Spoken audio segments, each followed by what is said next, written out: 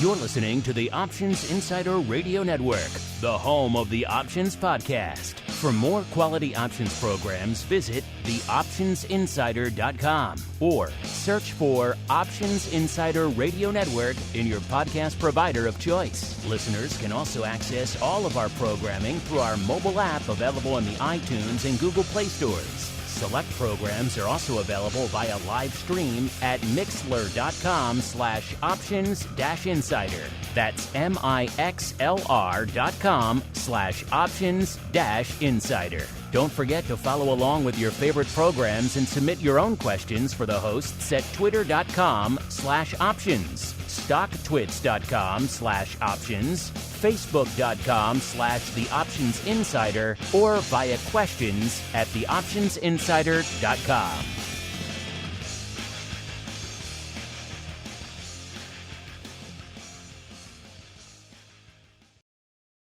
It is a dangerous world out there. Volatility is on the rise, and your clients' portfolios are under assault from a growing number of threats. Simple diversification is no longer enough to shield the assets under your protection. Registered investment advisors, financial planners, and asset managers need a new weapon in their war on risk. Welcome to the Advisor's Option, the program designed to arm busy advisors with the information necessary to properly manage risk in this volatile environment. From options education, trading strategies and tips, to industry news and interviews, you'll find it all on the Advisor's Option. The Advisor's Option is brought to you by the Options Industry Council. The OIC was created to educate investors and their financial advisors about the benefits and risks of exchange-traded equity options. For more information on how the OIC can help you implement options in your practice, please visit optionseducation.org. The Advisor's Option is also brought to you by Option Research and Technology Services. ORATS is your source for options backtesting. It's where you turn your ideas into results. Founded on the floor of the SIBO over 2 decades ago, ORATS is a full-service option research firm focused on helping you develop options strategies in line with your investment objectives. With a state-of-the-art backtesting platform, scanning, and implementation tools, ORATS offers end-to-end option strategy development, making the whole options trading process easier. For information about backtesting, scanning options data, including dividends and earnings, visit ORATS.com or email Matt Anderson at matt@orats.com. And now, it's time to learn how to implement options in your practice. It's time for the Advisor's Option. All right, everybody. It's Tuesday. It is April Fool's Day. Beware. Beware for tricks and scams out there. Listen, we won't trick you or scam you here on the Advisor's Option. The show for you out there, the busy advisor and asset manager. Maybe you already use options for your clients. Maybe you're thinking about diving into those very, very fun, very comfortable waters. Then by all means, you came to the right place. My name, of course, Mark Longo from theoptionsinsider.com.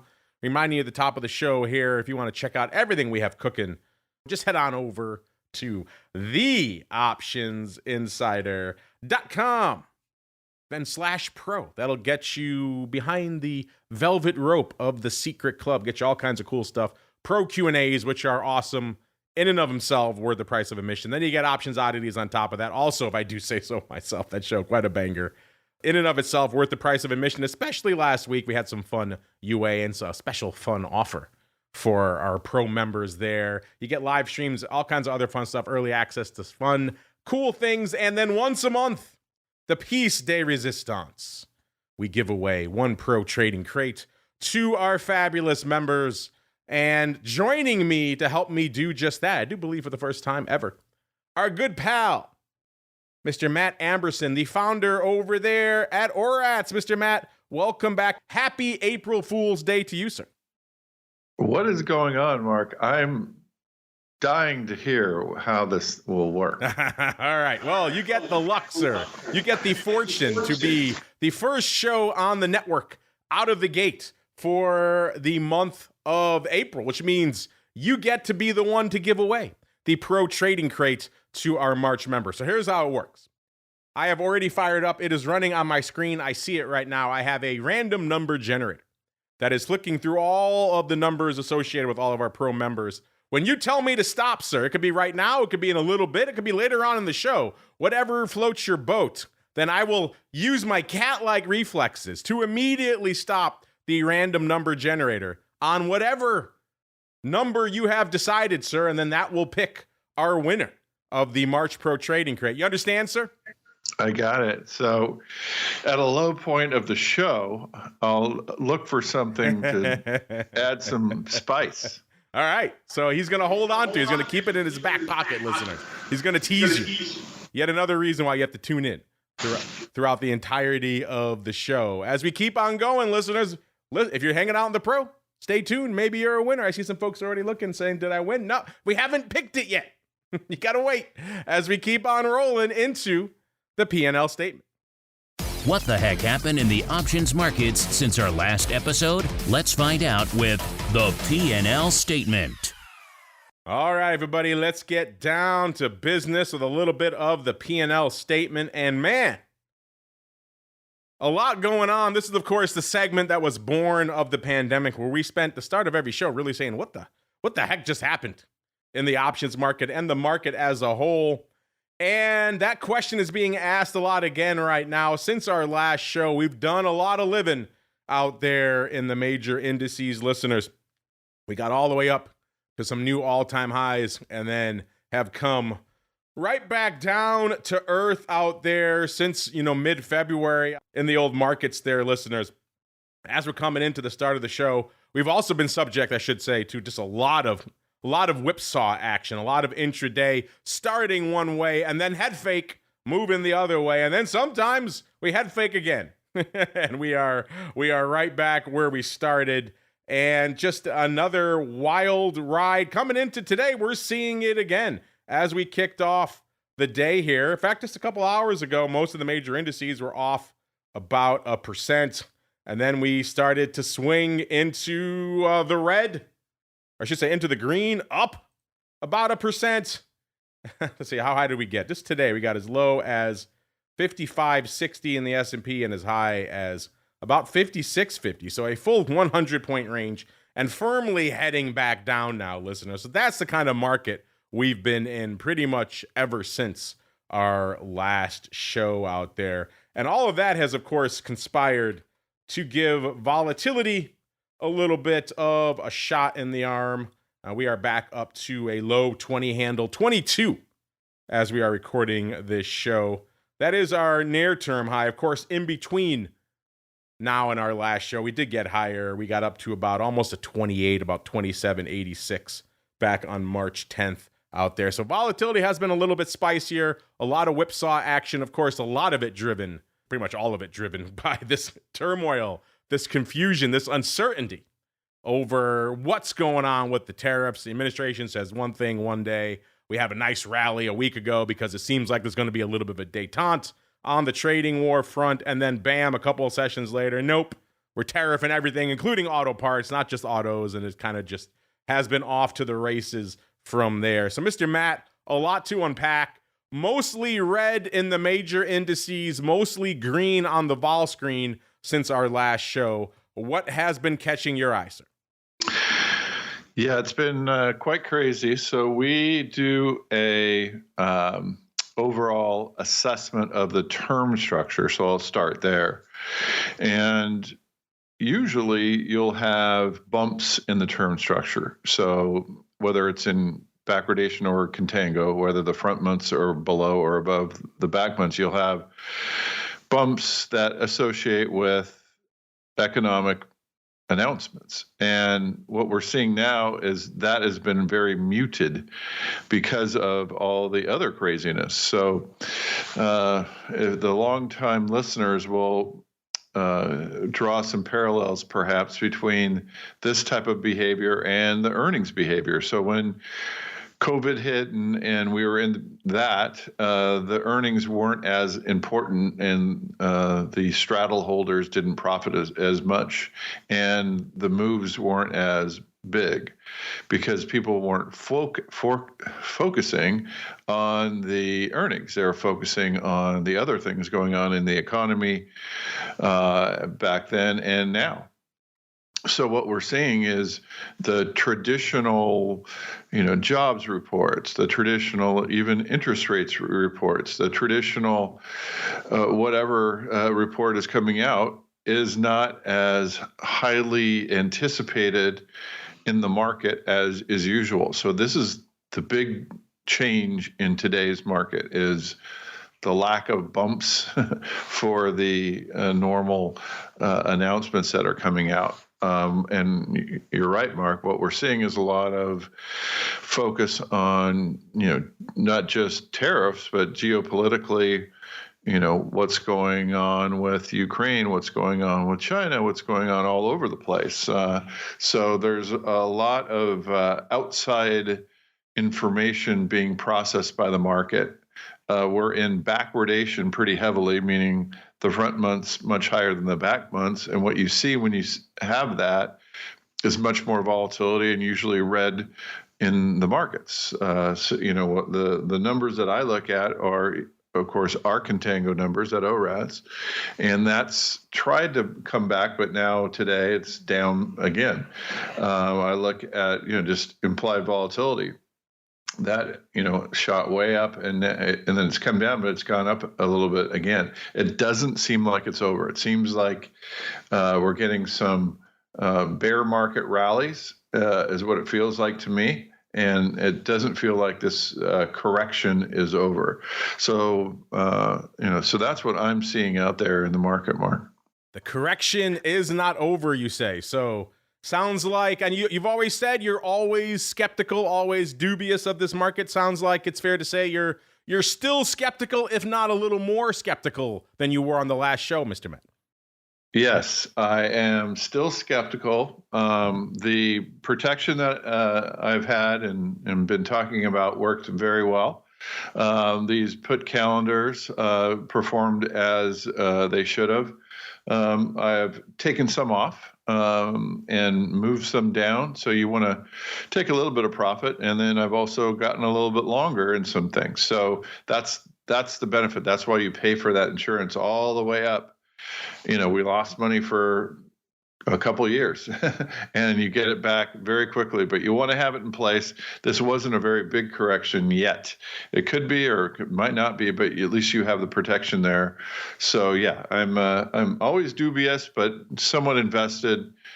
Just matters how much protection and collars and put spreads I have around this market, Mark. But yeah, that you're correct. I'm still dubious. Speaking of crazy developments since our last show, just in the last couple of sessions, I see our chat mentioning this Newsmax IPO. My goodness.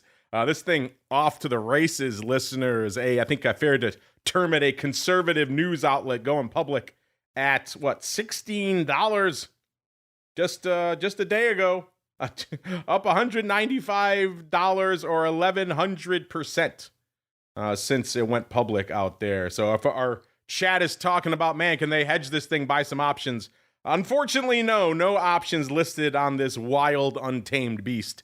I see some folks pointing out it'll probably be a week or so. They've done turnarounds. They've gotten much faster at that. They can list options, I should say, on a new IPO, usually in a day or two now. They've gotten that down to pretty much a science. And if this thing is as spicy as it looks, there probably will be some demand for options on it. That said, by the time they get listed, this thing could be back to 16, could be 500. I don't know. This is a wild, untamed beast. But again, that's kind of, I guess, what you're paying for. So yeah, I guess if any of you scooped any stock at $16, I don't know how possible that really was. But less than an hour later, half an hour later, it was trading more than double that, nearly 40. So you already had to probably buy it at 40, and then you've just been on a wild ride ever since. So if any of you in the chat got in on it, hey, more power to you. But a wild time. Speaking of wild times, Mr. Matt, just give me an inclination. Should I hover my finger over the button or should we keep on rolling, sir? You tell me. No, we haven't hit the low point in the show yet, Mark. Okay, the low point. Okay, we'll make sure when everyone's fallen asleep, that's when we will hit the button as we keep on rolling, listeners, right on into a little bit of the earnings volatility report. Earnings announcements can move markets, but what is the options market telling us about upcoming earnings events? Let's find out with the Earnings Volatility Report. All right, well, we're just talking about Newsmax. A little too soon for earnings on that one, I do believe, but we are coming into the tail end of earnings season, kind of the dregs of the season right now, listeners, which means it's a good time to look back and see what exactly unfolded during this earnings season, what was of note, what was interesting, maybe surprising, and also maybe an opportunity to glance ahead. Because if you're saying to yourself, I could use a little bit more earnings trading in my life, well then, don't worry, the next cycle is right around the corner. They always are at the end of the day. Earnings season is a gift that keeps on giving. Once we get to the dregs, once we get to the Helen of Troys of the world, there's usually the financials right on the cusp coming around again, and then we kind of kick off the whole wheel again out there. That said, listeners, if for some reason you missed out on all of the great data that we post up there on the Options Insider, courtesy of Matt and his team over there, head on over to theoptionsinsider.com, click on the Options News and Articles tab, or if you follow us on social media, you see all this stuff coming out during the week as well. You would know already that we are hanging out right now at a pretty lofty 114%. Remember, that's kind of our long-term average, and by long-term, we mean 3 years, 12 quarters, nothing beyond that. So might be informative someday to go back and look at all the data since we started crunching this, which does include the pandemic, which was a wild time, which is one of the reasons we started doing this, of course.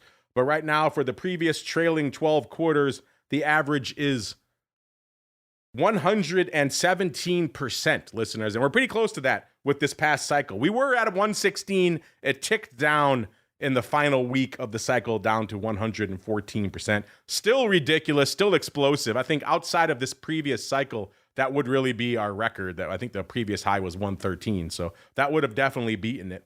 So a wild time every week this cycle, with the exception of one, week 4, coming in north of 100%. Week 4, the only outlier, listeners, at a still impressive 96%. Remember, if you go back to the days of the pandemic, every week was 78, 82%. Nobody cared about earnings vol. It just went to die. So these days, a very different story. That said, Mr. Matt, we're coming into the tail end of the season. You folks have been busy crunching the data all season long. What caught your eye about this cycle in particular? Any standouts to you? Any stalwarts? Any interesting trades? And then also, looking ahead, anything on your radar for next cycle, sir? Yeah, I think that's the big thing. So just for the listeners, there are 13 weeks in a quarter. There are 6 weeks of real earnings that we pay attention to and average, and where most of the big companies are presenting their earnings. And then this is kind of in the period after that right now, and when we kind of look back and look forward. So yeah, it was we predicted it, Mark, and we got it. Another good earnings season for holders of options. We often see, as I mentioned a little bit earlier, that when the market is tame, when there aren't too many big things going on, people tend to pay attention more to what they should be paying attention to, is earnings of the underlying market. And we did see a lot of big movers during the earnings season. 14% is way up there. So unfortunately, Mark, I rarely am bearish on holding options through earnings, but I think if this current environment holds up, the earnings season is going to be a little painful for holders of options volatility. I know you've probably never heard that out of my mouth, but that's what I'm thinking. Interesting. Well, we have been looking for a while for that moment, that inflection point, right, where this ceaseless buying of premium has to kind of fade a little bit, and we've been kind of speculating it might come for the last 4 or 5 seasons now, the last 4 or 5 cycles. It hasn't really materialized itself yet, but sounds like, Mr. Matt, you are leaning to the dark side. What do you folks think, listeners? Is it maybe time that buying earnings? I remember when we first started doing this, Matt and I, we first started crunching this data. We really, and I used to counsel for years, and really until the last year or two, really used to always counsel people, if you're not comfortable trading earnings, just avoid it, because there really is no hard and fast rule. People used to always ask us, should I buy premium? Should I sell premium heading into earnings? And the answer was always yes and no, because there was always data that it came out pretty much a crapshoot, pretty much 50-50 at the end of the day. One way might have the preponderance of winners, and you have a few big losers, and it wipes out everything. So there was really no bias. That's not the case for the better part of the last year. It has been biased pretty clearly to the long side out there, listeners. So interesting. Can that continue? Doesn't sound like Matt thinks it's going to continue. What do you folks think? Is this a inflection point for earnings vol? Hit us up. Let us know. As we keep on going, listeners, it is that time, listeners. It is time to get the buzz. Busy financial advisors don't have time to follow the latest developments from the options market, so we do it for you. It's time to get the buzz.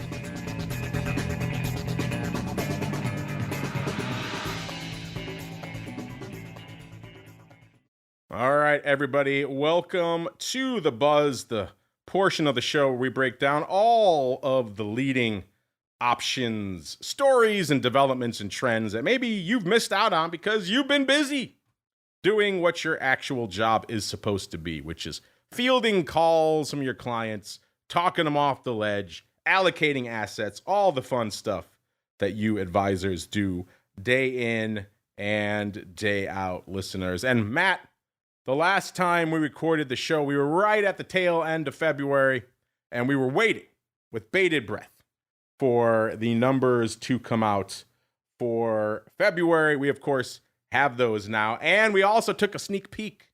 They're not revealed yet. This is, of course, April Fool's Day, listeners, so take everything we say with a grain of salt. But that said, we did do a little bit of sleuthing, a little bit of digging. Usually we wait for our friends at OCC, the Options Clearing Corp, to officially announce their numbers for the month of March, and they're just not out yet. It takes them a while to do all of their digging, but you know what? We did the digging for them, listeners, so we'll get there in a second. First, let's pay off February. Was February was it a banger month from an overall options volume perspective? The answer is yes. 1.1 billion, 1.12 billion to be precise, contracts out there. That seems to be the new threshold. We were kissing 1 billion a lot last year. Got up to 1.1 billion a few times, or in that ballpark. Now it seems like that is kind of the new barometer, the new bar out there for the options market. You want to hit 1.1 billion contracts in a single month, which again is wild. Not that long ago, the entire options market was doing 4.5 billion contracts in an entire year. Now doing 1.1 in a month. It's just crazy, but that's kind of where we are now, listeners. So once again, supporting my theory that everyone and their mother and their cousin and their cousin's friend in jail are all trading options right now, listeners. So it's a good thing at the end of the day. You're in good company out there, listen. A couple of highlights from February, listeners. Equity options. In 2024, people were worried maybe this was kind of going to be a weak spot. In fact, kicking off the year at the end of 2023, growth in equity options was kind of flat. 2024 saw a bit of a resurgence. That continued in February. By the way, the total month obviously was up 15.5% year over year. Equity options, the big driver of that growth, 23.9% increase. ETF options, 6.4% increase. Index options up 4.1%. Even the futures, which are, again, are mostly VIX futures, but starting to add a few other things to that mix, up 7.4% year over year. So, Mr. Matt, first your thoughts on February, then I will reveal the numbers for March. We'll see if we beat it, sir. What are your thoughts? Well, first, I'd like to announce that I'll be announcing between this segment and next segment the winner. Oh, you have made you made up your mind. Okay. Yeah, I'm forecasting the low point to me right then of the show. Okay. No, I mean, I think that This was, it's huge. People are trading options. There's a lot of automation, a lot of interest. All your shows are helping out. All, AI is helping. Everything's pointing towards bullishness in the volumes for the OCC, Mark. Well, you are leaning the right way, sir, because thanks to our sleuthing, we don't need to wait for those folks at OCC to put out the numbers anymore because we did it for them, Mr. Matt. And if I had a little drum roll, I would play it here right now, listeners, because February was a bump, just a banger month by just about any analysis, listeners. 1.1 million contracts on the tape, listeners. Was March a banger? Did it fall off a little bit? Remember, we had some, let's say, tariff kerfuffle out there in the markets. Did that drive some options volume, Mr. Matt? And, I'll let you guess first, really quickly, Mr. Matt. You're going to guess March was busier than February, quieter than February, or around the same? Well, I could just look at the graph. Yeah, you can look at the chart. Yes, you can cheat. No, I'm not cheating. I'm just saying when we get a fall off and a rise in volatility like we've seen, it's going to be a lot of volume. So I'm saying it's going to be a big month. You are correct, sir. The number for March, Mr. Matt, 1.23 billion contracts. So that's up from 1.12, which in and of itself was a pretty banger month last month. I'll have to check. I do believe, Matt, that is the busiest month on record. I'll have to go back and check to make sure. I was just kind of scanning right before the show started. And we have a lot of months around that 1.1 billion threshold, but 1.2, let alone 1.23 billion, that is, I do believe, a new record. Things looking robust across the board. Equity options up, index options up, futures also up out there, even though we're getting some new futures added to the mix out there these days. So that could also be gumming up the works. So, Mr. Matt, we don't have the official breakdown from our friends over there at OCC. So I will wait for that before I do the official deep dive out there. 1.23 billion. I don't know. What does this mean for the rest of the year, Mr. Matt? Are we set to hit a 1.5 billion contract month sometime this year, sir?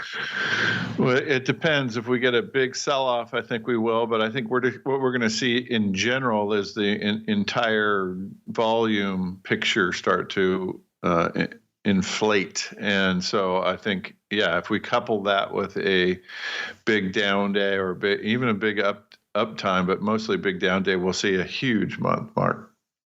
And you know what else is huge, Mr. Matt? I have fired up the random number generator. Here we are at the exact midpoint, the exact halfway point of the show. The numbers are flashing. You tell me when, sir, and I shall hit the button for you, sir. All right, I'm going to do a countdown. 5, 4, 3, 2, 1. Hit it, Mark. Bam. All right, there we go. Reflexes like a cat. All right. Who does that number correspond to? Let's just do a little bit of digging here. Oh, Douglas Bloom. Excuse me, Douglas Broom. Congratulations. You are the winner of the March Pro Trading Crate. Sorry to all of you out there in the chat who were all excited. You get your name in the hat automatically next month. There can be only one, and this month it is Douglas. Congratulations to you. Our producers will reach out post haste. If you want to thank somebody, thank Mr. Matt. He's the one who chose you out there, listener. See? Yet another reason you want to be part of the Pro. We're giving away cool stuff all the freaking time. You folks cleaning me out. But you know what? Don't worry. There's more where that came from as we keep on rolling. Speaking of more where that came from, Mr. Matt, that is the perfect segue into the office hours. It's time to answer your pressing questions about options. It's time to start our office hours. You can become a part of this segment by leaving a question on theoptionsinsider.com, emailing us at questions@theoptionsinsider.com, or via social media at twitter.com/options, facebook.com/theoptionsinsider, or stocktwits.com/optionsinsider. All right, welcome to the office hour. I see a lot of congrats for Doug. So yes, we have a good group out there. They're not bitter that they didn't win. They're all happy for Douglas, who, I do believe he's been around for a bit, I believe. And I do believe that is the first time he has won a pro trading crate. So congratulations to you, Mr. Douglas. But Mr. Matt, one of the fun things about having so many jam-packed shows of late with a lot of great content to discuss out there is it means we've been somewhat neglectful in our duties, Mr. Matt. And we've allowed the mailbag to fill up. It is, dare I say it, overflowing. And, this show, we don't get as many opportunities to dig into that mailbag. So I wanted to take one now. End of the quarter, April Fool's Day, a perfect time to do just that. And as a thank you to all of you who've taken the time to write in, we'll get to a whole bunch of you now. So, Matt, did you put on your question answering pants before the show like I asked you, sir? I did, and this is going to be a lot of fun. This is why we're exiting the low point and we're getting to an even higher point, Mark. Yes. We hit our nadir, we hit our second act low, and now we're going to just crescendo into act 3. All right, here we go. Mr. Matt, who do we have first? Well, I like this handle. Niels Board. I like it. I like what he was going for there. All right, you get, well, I haven't seen all of them yet, but you get so far handle of the show, Niels Board. What are you bored about? Hopefully you're not bored with our shows. But yes, I love the handle out there, Niels. He says, so the very timely question. Outside of an increase in volatility, do you expect any other impact on the overall options market from the onset of tariffs? If this trade war drags on for some time, do you expect any impacts from that as well? Thank you very much. Well, you're welcome very much, Mr. Niels Board. Thanks for writing in, taking the time to write in, even though you are quite bored. Hopefully we can stimulate you a little bit, wake you up a little bit.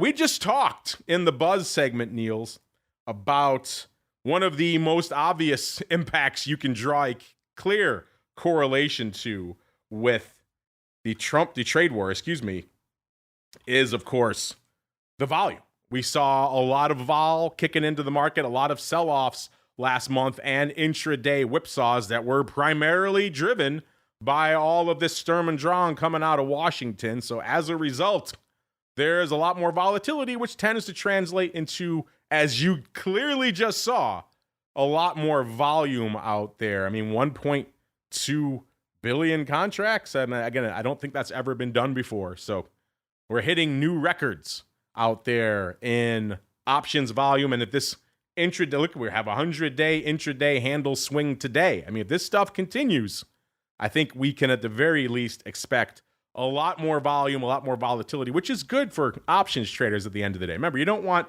too much volatility. You don't want VIX to get north of 60 and stay there for 6 months. That would be bad. That would be the take your ball and go home kind of volatility. But getting a little bit frothier, a little bit more turbulent, provides a little bit more liquidity in the market. Quite a few more trading opportunities out there. Heck, if you're just a vol trader, you're eating pretty well right now out there. So that is a very obvious, very straightforward impact, Niels, that we just talked about. But that said, Mr. Matt, Niels wants to know, Niels of the good handle infamy, he wants to know, outside of the increase in vol, what other impacts do we expect from the trade war? And also, if it drags on for some time, do we expect any additional impacts from that? Yeah, so we've talked about this tangentially, but let's just kind of put it in focus for Niels. So if you're getting a lot of volatility exogenously and not planned for, it's very difficult for traders. So it's going to be more volatile. It's going to be a much different market than they're used to. Back tests of which ORATS does millions, if not 100 million or billion, probably.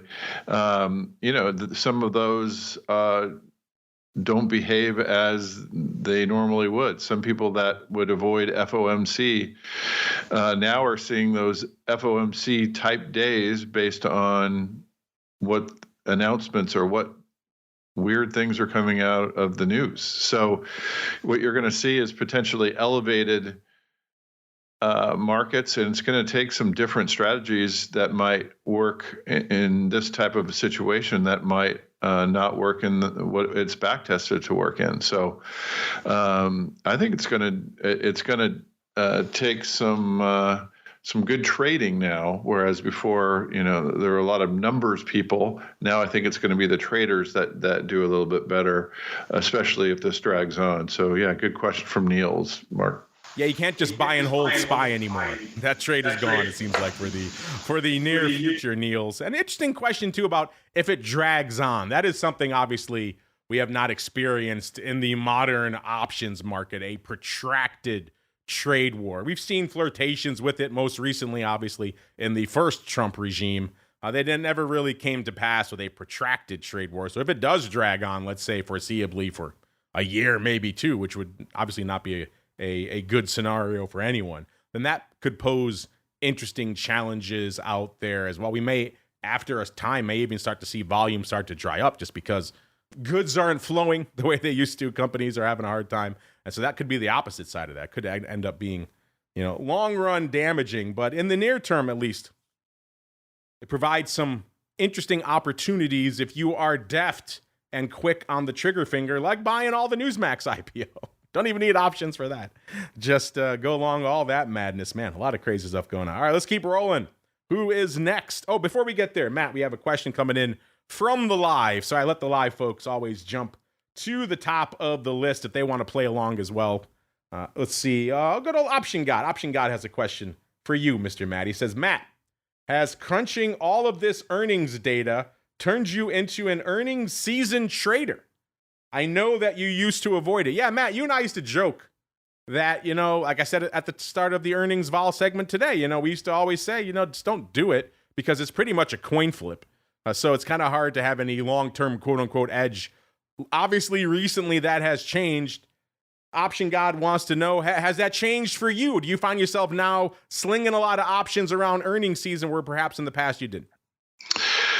As I mentioned in passing earlier in the show, it's very difficult to keep this company going and then also trade. And so I don't do a lot of the trading that I used to do. Obviously, a floor trader, and then upstairs I ran my own business of backing traders. But if I did, I would look for I'd be more of a seller coming into this next earnings cycle. Not naked, but just iron condors and such. And we have really good scanners. I'll throw one or two on especially if I'm doing a presentation or something and see something, but I'm not out there actively looking. It's just been too busy, Mark, as you know, running a business, how busy it gets. But I certainly wish I had the tools that we have now back when we were trading. It would have made it a lot easier. So, I do feel more confident. And my trading percentage is probably higher, but it's so hard to do both. I have to choose to do the business, Mark. Welcome to my world, sir. People think I'm just slinging nonstop all day long, but it's challenging to do a lot of trading while you're hosting and doing shows. I find myself clicking on the wrong strike all the time or the wrong month. It's usually a disaster, so I try to avoid it whenever possible. Also, my first master has to be the show at the end of the day. You folks deserve quality content. That's why I like stuff like Options Oddities on the pro side. It allows me to dive a little bit into the trading while we're talking out there. But interesting stuff. Who asked that? Option God. Good question over there. Let's keep going to the folks who've been waiting patiently. Let's go here to TLT12. So I wonder, you a big TLT trader? You've been trading it since 2012? Are you a 12-year-old TLT trader? Inquiring minds want to know, but he wants to know, what do you feel are the most common misconceptions about options that advisors encounter with clients? Interesting. We've obviously been doing this show for a while now, so we have a little bit of data we can refer to, talking to advisors, talking to clients, and just seeing the general response when the subject of options is broached for the first time. I will say a couple of things that this explosion of options volume has done is, first off, is it has made that topic much easier to discuss. In fact, a lot of advisors are now saying the clients are bringing it to them. It used to be very much a top-down, maybe at a handful of advisors who were a little bit savvier, your Uncle Mikes of the world who know how to use an option or two, and they would recommend it or suggest it to their clients. And the client might balk a little bit and say, oh, I don't mess with those options things.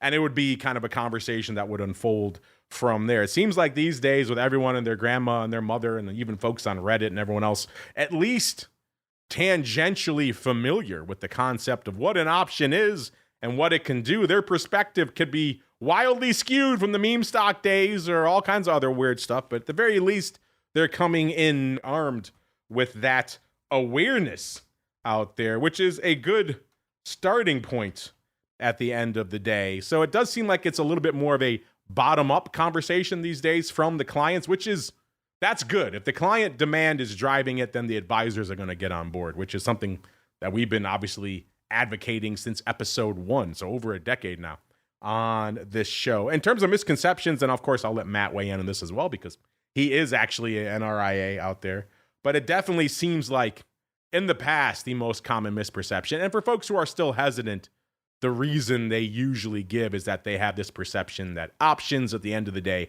are risk additive. They are not risk mitigating.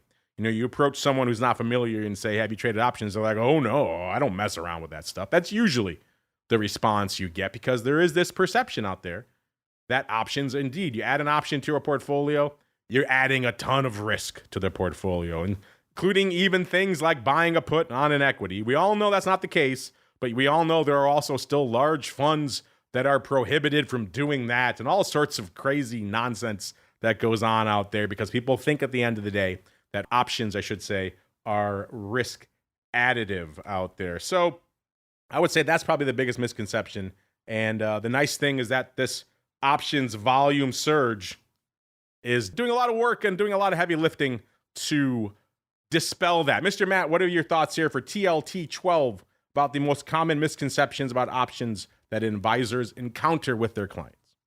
Yeah, I think that using options to make the outcome that you want, people don't understand that you can do that. And also, markets and returns can be mitigated and affected using options to change overall investment strategies. And so what I mean by that is sometimes when you get older customers to a RIA, they'll be less likely to put them in the market.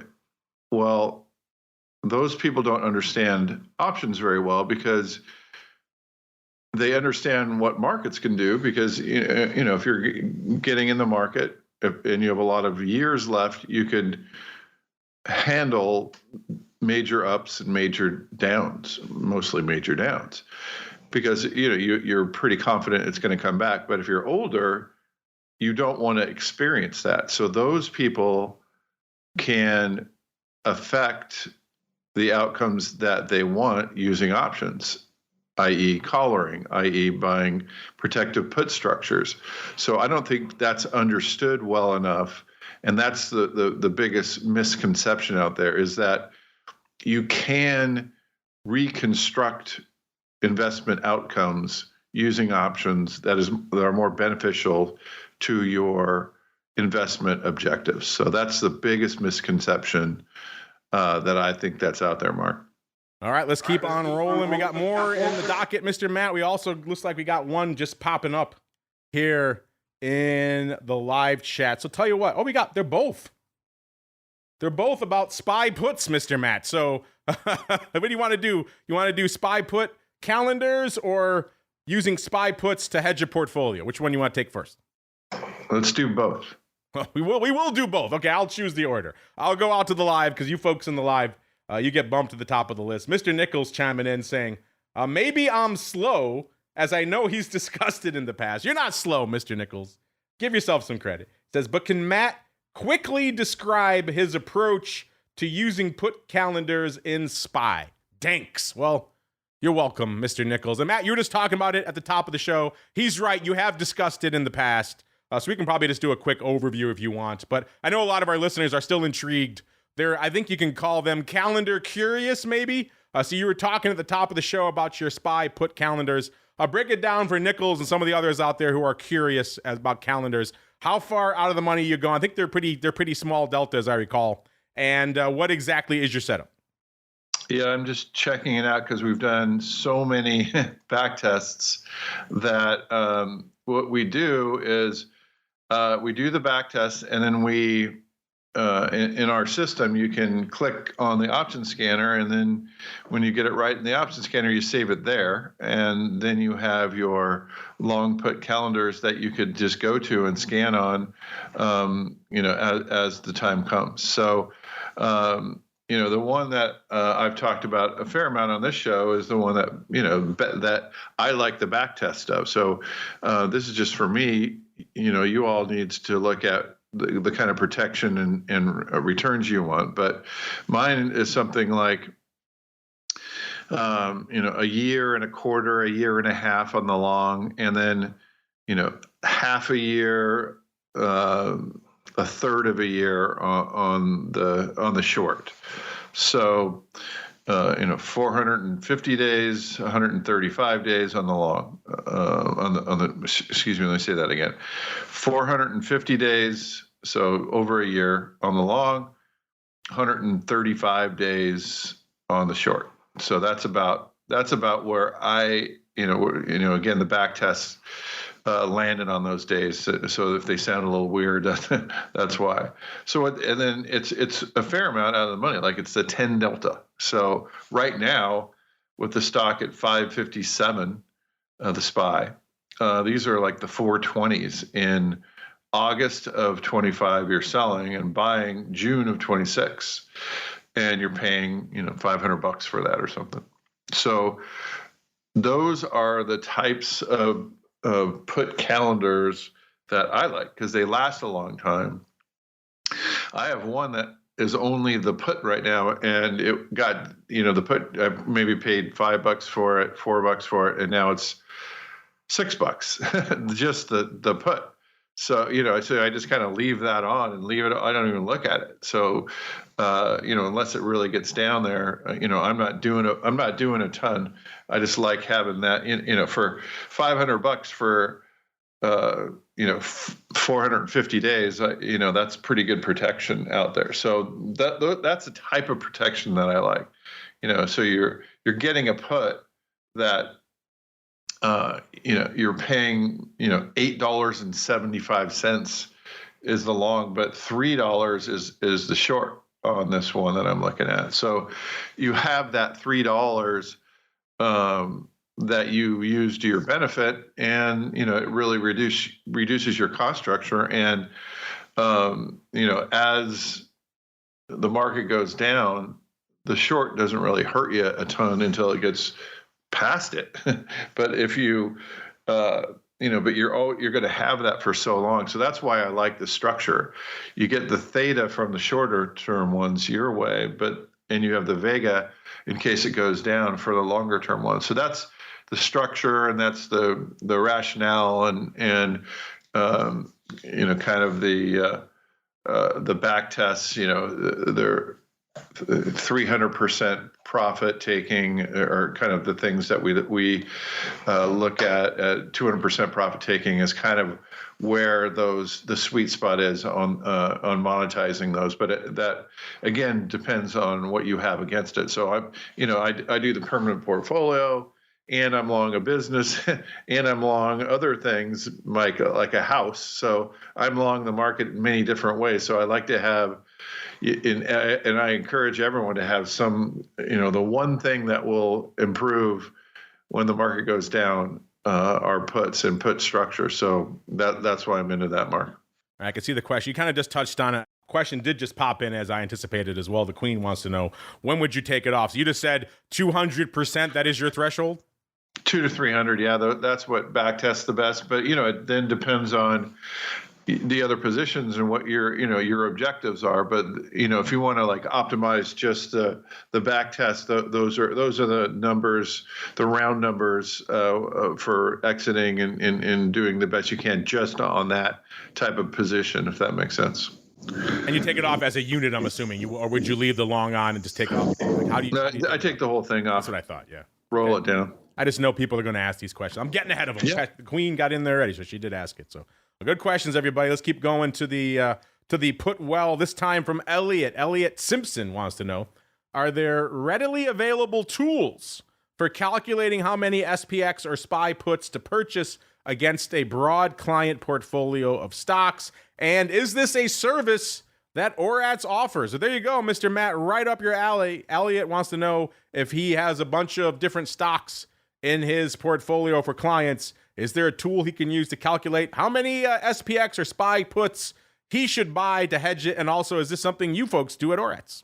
Yeah, I mean, I appreciate the question, and I appreciate that he's looking for a tool because we love to make tools. But unfortunately, what the question being asked isn't our ballywick. It isn't our main focus. So, in general, we have in our position tool that interfaces with various brokerages and such.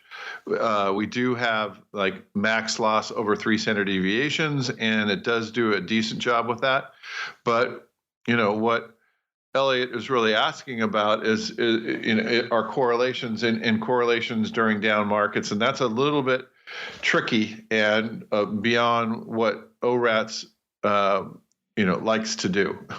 So and also it's not hugely difficult to do once you answer that question. If you have people's positions on, you have to calculate things like, what's the beta of this if the market's down 10%? What is Robinhood going to do?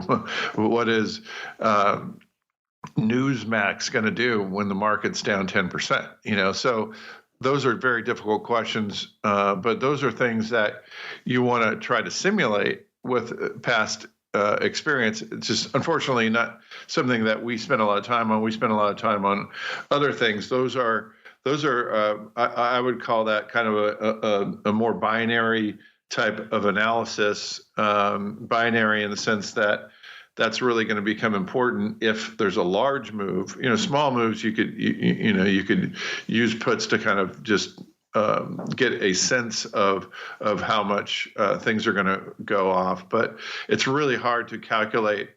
When everything's down 10%, when everything's down 20%, when everything, God forbid, is down 30%.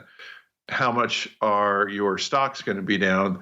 That's kind of a finger in the wind type of thing. And so that, we don't really get into that per se, but, we do get into the back testing of the particulars, and we could show you how much your puts are going to make. And then you could weigh your positions against that mark. All right. Well said, sir. Who was that? Elliot. Good question. Now, there might be something we could talk about more. I know Uncle Mike has dabbled in that kind of in some of his strategy blocks. Calculating, the overall beta of your portfolio to the S&P and how that could correlate to some hedging. Maybe it might be a good discussion point for him out there as well. Let's keep rolling here. Let's go out to already coming up against it, man. We're having a lot of fun on the show today. Let's go out to 404 Phoenix. Is that the area code for Phoenix? Are you a web designer? Is that a 404 error not found? Either way, 404 Phoenix wants to know. One of my primary clients has a substantial position in the equity of a large Mag 7 company. It's been a good couple of years. Yeah, I probably think it has. But now he's starting to have regrets. Uh-oh.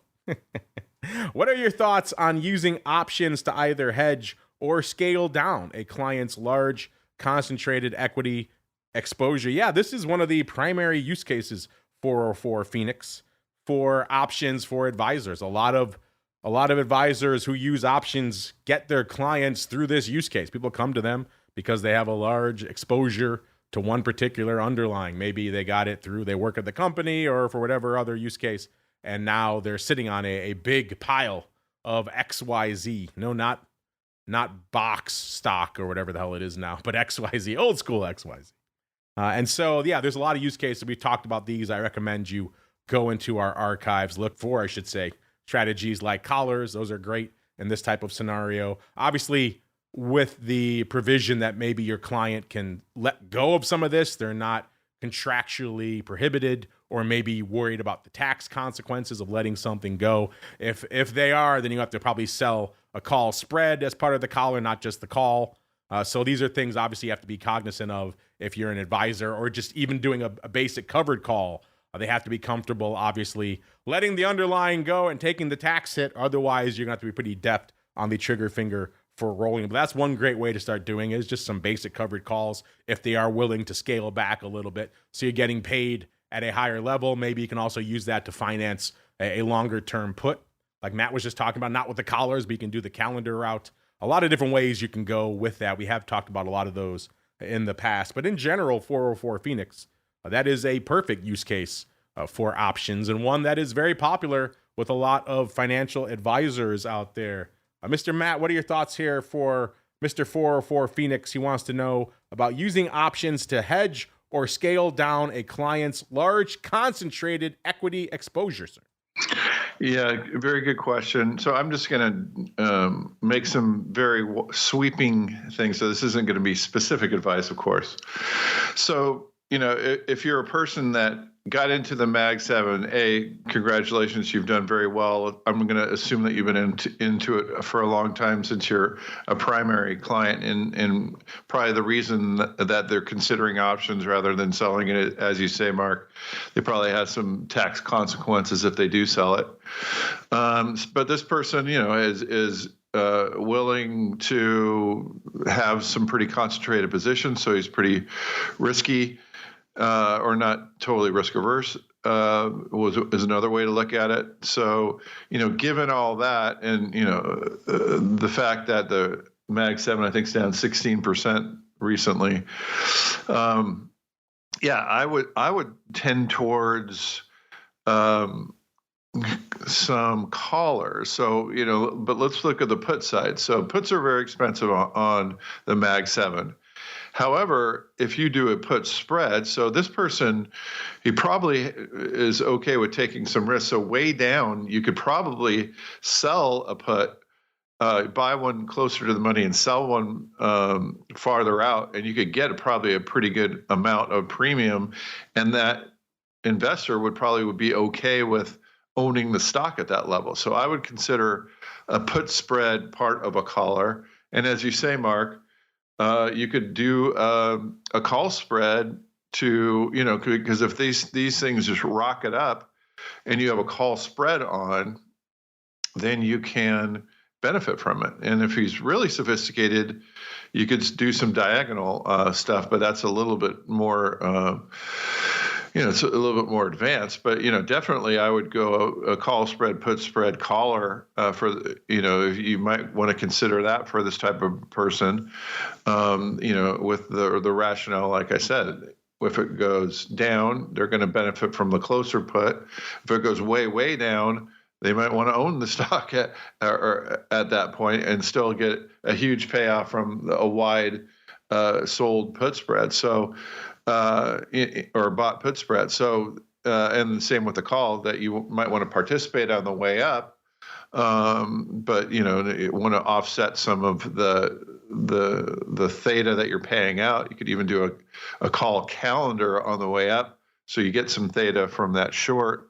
And then if it goes up, you're benefiting. So there's a lot of things that you could do with options, but it's going to require you really talking to your client and having the client understand, show some payoff pictures, do some what ifs, and then, decide together what type of a strategy that they're comfortable with.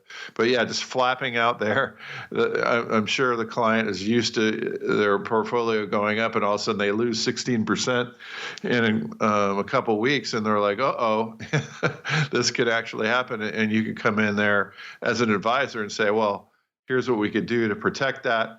And still have some upside, and still, if it goes down, we could have that short put to get it back. So that's the approach I would take, Mark. Well said, sir. Yeah, 404 Phoenix. There's a lot of ways you can carve up that collar onion there. Matt just laid out a bunch. You could sell other legs against it. You can make it more of a calendar, pushing the long put farther out, selling narrow dated puts against it, selling, the call spread against. A lot of things you could do. We talked about collars a lot here on this show and others, so dig into those. I think that's definitely your friend in that type of position, the concentrated equity position. Unfortunately, Mr. Matt, man, that music means we've come to the end. Man, what a wild journey it's been on the episode today. April Fools, options, explosions, tariffs, volatility, earnings, collars. I think we touched on it all, Mr. Matt. Yeah, exhausting, good show. We had the low point that we ameliorated with the giveaway. Oh, yeah, we had a giveaway, too. I even forgot about that. Yeah, what a great show. Man, we packed a lot of living into an hour. Hope you had a good time. Looks like the chat is having a good time. They're thanking you for tackling their questions live, Mr. Matt. So our chat folks having a good time, which you like to see. And Matt, if folks have more cues, maybe they just want to hang out with Otto or try out some of these cool back tests we're talking about, where should they go? What should they do, sir? Yeah, Otto is getting a workout. Go on our site and say hi to Otto for me, ORATS.com. Reach out, support at ORATS.com. We're there. We have so many things, great data, great tools, and we're continuing to improve all of that stuff. So, come over to ORATS.com, check things out. Check things out indeed, listeners. And you know what to check out while you're busy checking things out. Head on over to our friends who are the keepers of all of that options volume data I was talking about earlier. Our friends over there at OCC. Or if you want to learn more about them, their options, and you're an advisor, optionseducation.org, the place to go to learn more. That's going to do it for us on the network today. Back again tomorrow for our usual doubleheader. We've got, of course, Options Bootcamp kicking things off, a show that Matt has been on once or twice, as well as the newest addition to the network, the Futures Rundown. A good time being had by all on that show. If you're even mildly futures curious, you owe it to yourself to check that show out. We go a long way towards demystifying a lot of these products that maybe terrify you. 3 months SOFR, all this wild stuff that's going on in the world of futures. Check it out on the Futures Rundown. Thursday, of course, we've got This Week in Futures Options, as well as the option block with everybody, the Flow Master. Friday, Vol Views, and we're back one final time for our pro friends for a whole bunch of options oddities. Remember, if you're listening on the pro, by the way, congratulations to what was our member's name who Matt chose. It was Douglas Broom. Congratulations to you, sir. If you want to get your name in the hat for the April Pro Trading Crate, the clock starts now. Get on over to the pro, theoptionsinsider.com/pro, and we'll see you back here for the next episode of the Advisor's Option. Stay safe out there, everybody. Advisor's Option is brought to you by the Options Industry Council. The OIC was created to educate investors and their financial advisors about the benefits and risks of exchange-traded equity options. For more information on how the OIC can help you implement options in your practice, please visit optionseducation.org. The Advisor's Option is also brought to you by Option Research and Technology Services. ORATS is your source for options backtesting. It's where you turn your ideas into results. Founded on the floor of the SIBO over 2 decades ago, ORATS is a full-service option research firm focused on helping you develop options strategies in line with your investment objectives. With a state-of-the-art backtesting platform, scanning, and implementation tools, ORATS offers end-to-end option strategy development, making the whole options trading process easier. For information about backtesting, scanning options data, including dividends and earnings, visit ORATS.com or email Matt Anderson at matt@orats.com.